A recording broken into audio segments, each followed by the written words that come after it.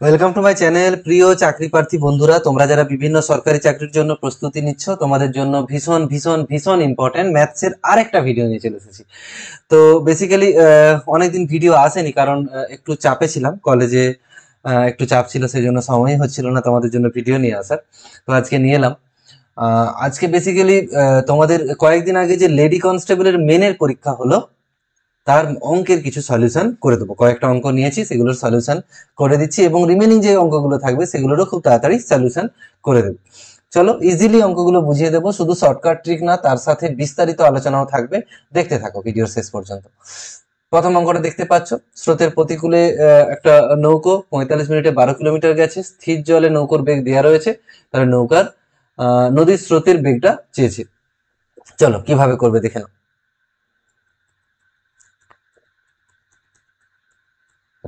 দেখো, প্রথমত আমাদের স্রোতের বেগ এবং নৌকোর বেগ এবং স্রোতের অনুকূলে বেগ, স্রোতের প্রতিকূলে বেগ, এই বিষয়গুলো প্রত্যেকেরই আশা করি জানা। তো এটা ধরেই আমি অঙ্কগুলো করছি। কিছুটা বিস্তারিতও বলবো, কিছুটা শর্টকাট বলবো। যেটা বলি প্রতিটা অঙ্কের ক্ষেত্রে যেমন থাকে, আমার যারা আমার ভিডিও ফলো করে বুঝতে পারবে কিভাবে অঙ্ক করাই। তো দেখে নাও, প্রথমত প্রতিকূলের ব্যাপারটাতে আসি। প্রতিকূল নিয়ে ক্যালকুলেশন একটু করে নিই।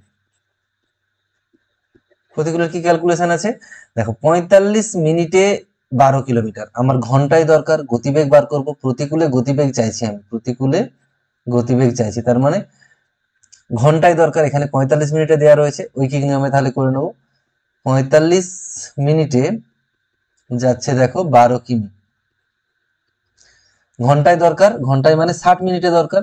একের জন্য কত হবে, 12/45, আর 60 মিনিটের জন্য অর্থাৎ ঘন্টায় 12 × 60/45। তাহলে দেখো 3 15 দিয়ে কাটলাম, 3 15 4 15 60, তারপর 3 4 12, 4 × 4 মানে 16। তাহলে গতিবেগটা কত হলো, 16 কিলোমিটার পার আওয়ার। এটা কিসের পেলাম, প্রতিকূলে গতিবেগ পেলাম। এবার এখানে একটা টেবিলের মতো আকারে তোমরা মনে রাখলে সুবিধা হবে। জাস্ট একটা টেবিলে প্রথমে কি থাকবে, 3টে ভাগে ভেঙে দিলাম। এটা হচ্ছে যে স্থির জলে নৌকার গতি, আর এটা হচ্ছে অনুকূলে, এগুলো সব গতিবেগ, অনুকূলে গতিবেগ। এই ছক আকারে করলে তোমাদের বুঝতে দেখবে আরো সুবিধা হবে। আর এই জায়গাটায় আছে প্রতিকূলে গতিবেগ। এটা কত দেওয়া আছে, প্রতিকূলে গতিবেগ আমরা পেয়েছি 16 কিলোমিটার। এখানে লিখছি না, উপরটায় লিখছি, তাহলে আরো সুবিধা হবে। এটা আছে 16 কিলোমিটার পার আওয়ার। আর স্থির জলে নৌকার গতিবেগ দেখো দেয়া রয়েছে 30 কিলোমিটার পার আওয়ার দেয়া রয়েছে, এখানে দেয়া রয়েছে 30। এবার এখান থেকে দেখো, মনে রাখবে যে এই যে ডিফারেন্স, এই ডিফারেন্স এবং এই ডিফারেন্স, এগুলো কিন্তু সেম হয়, এদিকে বাড়তে থাকছে। এখান থেকে দেখো, প্রতিকূলের থেকে স্থির জলে বাড়বে, স্থির জলের থেকে আবার অনুকূলে বাড়বে, দিক থেকে বাড়তে হবে, কিন্তু এই দুটো জায়গার গ্যাপটা কিন্তু সেম হবে। এই গ্যাপটাই হলো স্রোত, এই গ্যাপটাই হলো স্রোতের বেগ আর কি, স্রোতের গতি।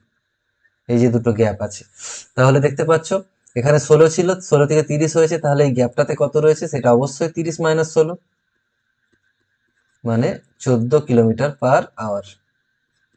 এই গ্যাপটা হচ্ছে স্রোত, তার মানে স্রোতের গতিবেগ পেয়ে গেলাম কত, 14 কিলোমিটার পার আওয়ার। এই জায়গাটা তাহলে 14 আছে। আবার যদি অনুকূলে বেগ চাইতো, আচ্ছা স্রোতের বেগটা পেলাম, এটা স্রোতের বেগে যেহেতু চেয়েছে উত্তর, তাহলে এটা হয়ে গেল 14 কিলোমিটার পার আওয়ার।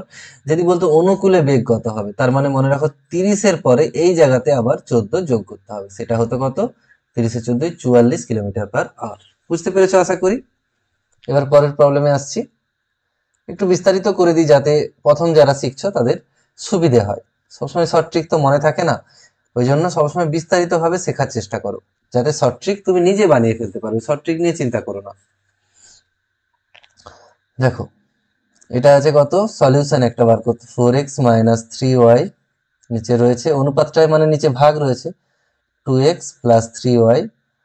এটার মান দেওয়া আছে কত, 1:3 মানে 1/3, ভাগ আকারে লিখে নিলাম। এবার আমাদের শেষ পর্যন্ত দরকার x:y, বা এভাবে বলতে পারি x/y আমাদের দরকার।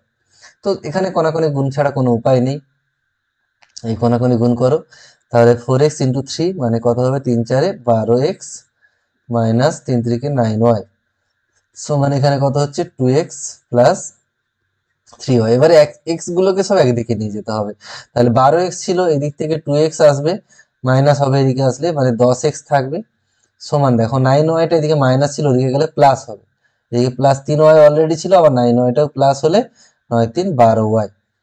তাহলে দেখো এক্স এর নিচে আমি ওয়াইটা নিয়ে চলে এলাম, এদিক থেকে সমানের পর থেকে ওয়াইটাকে এদিকে নিয়ে এসেছি, আবার সমানের পরে 12 রয়ে যাচ্ছে, তাহলে আর এখানে এক্স এর সঙ্গে যে 10টা আছে এটাকে সমানের পরে নিয়ে চলে যাচ্ছি, 12/10, তাহলে কাটাকাটি হয় 6:5 হবে, তাহলে উত্তর হবে এ। আশা করি বুঝতে পারছো। দেখতে থাকো পরের অঙ্ক। আবার একটা ইন্টারেস্টিং প্রবলেম, দেখো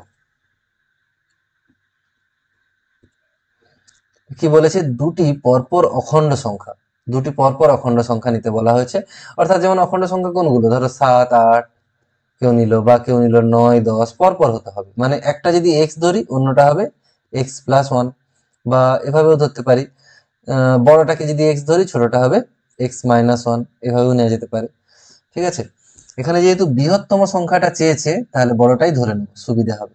বৃহত্তমটা মনে করছি এক্স, তাহলে আরেকটা সংখ্যা কত হবে, তার থেকে একটু কম এক্স মাইনাস 1, তাদের বর্গের অন্তরটা বলা আছে, বর্গের পার্থক্য, অর্থাৎ এক্স স্কোয়ার মাইনাস এইটার স্কোয়ার ইকুয়াল টু দেওয়া আছে 37। এখান থেকে সমাধান করে এক্স এর মান বার করলে বৃহত্তমটা পেয়ে যাব। তাহলে এক্স স্কোয়ার, এটা এবারে এ মাইনাস বি এর হোল স্কোয়ারে ভেঙে দাও, শুধু এ মাইনাস বি এর হোল স্কোয়ারে ভাঙলে এ স্কোয়ার মানে এক্স স্কোয়ার মাইনাস 2ab মানে 2x প্লাস বি স্কোয়ার মানে 1 সমান 37। এখানে দেখো এবার ব্র্যাকেটটা তুলে দিচ্ছি, x square minus x square plus 2x minus 1 সমান 37। এখানে দেখো এক্স স্কোয়ার গুলো কিন্তু কেটে যাচ্ছে, তাহলে 2x থাকছে, আর 1টাকে সমানের পরে নিয়ে চলে গেলে কত হবে, 38 হয়ে যাবে, তাহলে 2x সমান হয়ে যাচ্ছে 38, এক্স সমান হচ্ছে কত 19, 19 দুগুণে 38 হয় 19, এক্স সমান 19, বৃহত্তম সংখ্যাটা তাহলে 19 হলো। এবার পরের প্রবলেমটা দেখো, এখানে কি বলেছে।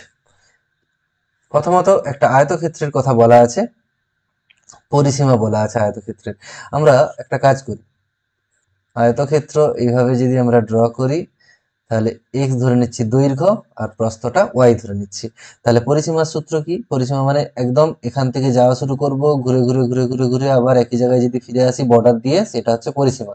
তাহলে দুবার এক্স আর দুবার ওয়াই হবে, তাহলে সূত্রটা আমরা জানি 2 ইন্টু দৈর্ঘ্য প্লাস প্রস্থ, অর্থাৎ 2 ইন্টু এক্স প্লাস ওয়াই সমান দেওয়া আছে কত 160। এখান থেকে এক্স প্লাস ওয়াই কত পাচ্ছি দেখো 80 পেয়ে যাচ্ছি, এটা 1 নম্বর দিয়ে রাখো নিজের সুবিধার জন্য। এবার দেখো বলেছে যদি দৈর্ঘ্যটাকে 10 মিটার কমানো হয়, আগে দৈর্ঘ্য ছিল এক্স, 10 মিটার কমালে কত হচ্ছে এক্স মাইনাস 10, এবং প্রস্থটাকে 10 মিটার বাড়ানো হয়, প্রস্থকে 10 মিটার বাড়ানো হলে সেটা হয়ে যাবে ওয়াই প্লাস 10। বলছে তাহলে এটি একটি বর্গক্ষেত্রে পরিণত হয়। বর্গক্ষেত্র মানে কি, এখন দৈর্ঘ্য হচ্ছে এটা, এখন নতুন দৈর্ঘ্য কত পেলাম এটা, আর নতুন প্রস্থ এটা, এবারে বলছে বর্গক্ষেত্র হয়ে যাবে। আমরা জানি বর্গক্ষেত্র হয়ে যাওয়া মানে তার দৈর্ঘ্য প্রস্থ সব সমান হয়ে যাবে, অর্থাৎ এই দুটো সমান হবে। এখান থেকে করলাম কি এক্স মাইনাস ওয়াই সমান করলাম এই দশটাকে সমানের পরে নিয়ে চলে যাচ্ছি, সমানের পরে অলরেডি একটা 10 ছিল, 10 এ 10 20 হয়ে গেল। এবার দেখো এই সমীকরণ এবং এই সমীকরণ, যে দুটো সমীকরণ পেলাম আমরা, দুটো যদি যোগ করে দিই, দেখো আলাদা করে লিখে নিচ্ছি, এক্স প্লাস ওয়াই সমান 80 আর এক্স মাইনাস ওয়াই সমান 20। সুন্দর ক্যালকুলেশন হয়ে যাবে, ওয়াই গুলো দেখো কেটে যাচ্ছে, সমানের পরে 100 হয়ে যাচ্ছে, 2x সমান 100 হচ্ছে, তাহলে এক্স এর মান কত পেলাম 50 পেলাম, দৈর্ঘ্য তাহলে 50 হয়ে গেল। এবার দৈর্ঘ্যের মান এখানে বসিয়ে দাও, আমরা জানি এই যে প্রথমে যদি বসিয়ে দিই এক্স প্লাস ওয়াই সমান 80 ছিল, এখানে যদি এক্স এর মান 50 বসিয়ে দিই, তাহলে 50 প্লাস ওয়াই সমান 80, এখান থেকে ওয়াই সমান পেয়ে যাবো 30। তাহলে দৈর্ঘ্য পেলাম, প্রস্থ পেলাম, ক্ষেত্রফল কত হয় দৈর্ঘ্য গুণিত প্রস্থ হয়, তাহলে 50 গুণিত 30, তাহলে 15, তারপরে দুটো শূন্য, 1500 ক্ষেত্রফল হবে এত বর্গমিটার, 1500 বর্গমিটার। ঠিক আছে, চলো আরেকটা অঙ্ক। দেখো বেশি অঙ্ক আজকে নিয়ে আসিনি, তো কম করে অঙ্ক নিয়ে এসেছি, সেই কম 5টার মতো অঙ্ক নিয়ে এসেছিলাম, ভিডিওটা বাড়াবো না বলে। তো যদি তোমরা চাও আর বাকি অঙ্কগুলো অবশ্যই নিয়ে চলে আসবো সলিউশন। দেখো এটা খুব ইম্পর্টেন্ট অঙ্ক, বিভিন্ন পরীক্ষা ইদানিং আসছে দেখছি। বলছে একটা সংখ্যাকে, কত বড় সংখ্যা আমরা জানি না, সেটা 899 দিয়ে ভাগ করলে 63 ভাগশেষ থাকে, তাহলে 29 দিয়ে ভাগ করলে কত ভাগশেষ থাকবে। এই ধরনের অঙ্ক মনে রাখবে।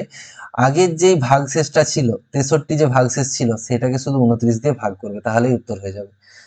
ঠিক আছে, 63কে ভাগ করো 29 দিয়ে, 29 দুয়ে